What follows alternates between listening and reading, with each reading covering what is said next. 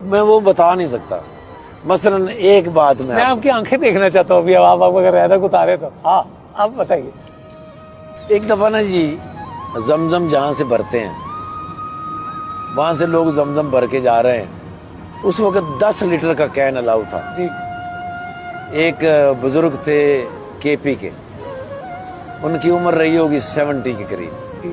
انہوں نے وہ زمزم کا کین بھرا, تھوڑی دور چلے تو رکے, پھر انہوں نے نیچے رکھا, پھر بیٹھ گئے, پھر وہ اٹھے, کین انہوں نے رکھا, پھر چلے. جب دوسری جگہ گئے تو میں نے اپنا کام سارا چھوڑا. ان کو میں نے کہا باقی دوست, میں نے کہا یار یہ سنبھالنا, میں ابھی آتا ہوں. میں گیا اس بابا جی کے پاس. میں نے ان سے کہا, میں نے کہا میں کین آپ کا چھوڑ دوں؟ تو انہوں نے مجھے ہاں یا نہیں کچھ بھی نہیں کہا. میں نے کین ان سے لیا, میں نے ان کا ایک ہاتھ پکڑا.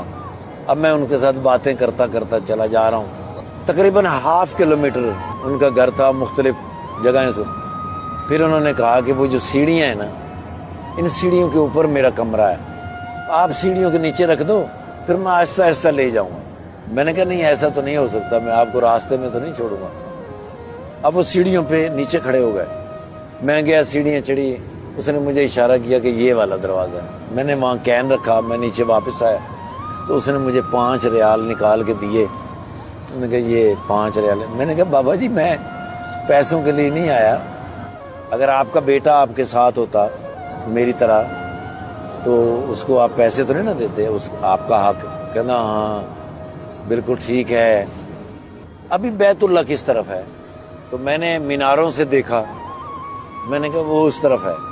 وہ بابے نے ایسے ٹرن کیا, ایسے جولی اٹھائی اور اس نے میناروں کی طرف, بیت اللہ کی طرف کہا, یا خدایا پاکا میرے اس حج کا ثواب اس کو دے دے, میں پھر کبھی آ جاؤں گا. اب وہ میں کس طرح بیان کر سکتا ہوں, اس بابے کو میں کس طرح بیان کر سکتا ہوں. میں ان سے مل کے واپسی کے لیے چلا, جہاں تک وہ مجھے نظر آ سکتے تھے. میں نے پیچھے مڑ کے دیکھا تو وہ میری طرف ہی دیکھ رہے تھے. وہ تب تک میری طرف دیکھ رہے تھے جب تک میں ٹرن نہیں ہو گیا. اور میں ٹرن ہو کے تھوڑا سا آگے گیا, میں پھر واپس آیا. میں نے پھر واپس آ کے ایسے دیکھا تو وہ بابا کھڑے تھے, اور پھر انہوں نے مجھے یوں کیا, اور پھر وہ بابا اوپر گئے.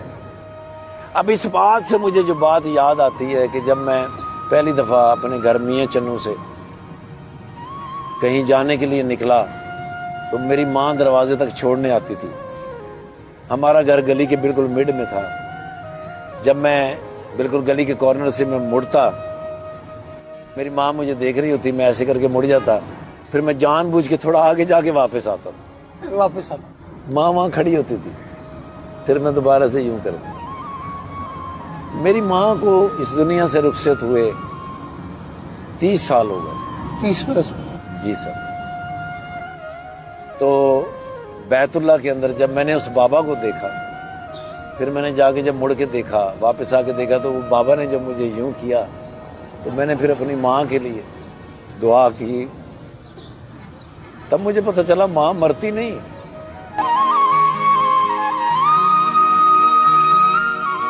تب مجھے پتہ چلا ماں مرتی نہیں, وہ کسی نہ کسی شکل میں کہیں نہ کہیں آپ سے ضرور ملتی. تقدیر الہی کے نوشتے بھی وہی ہیں, اللہ بھی وہی, اور اس کے فرشتے بھی وہی. اتر سکتے ہیں تیری امداد کو ملائک اب بھی, جب ذات الہی سے تیرے رشتے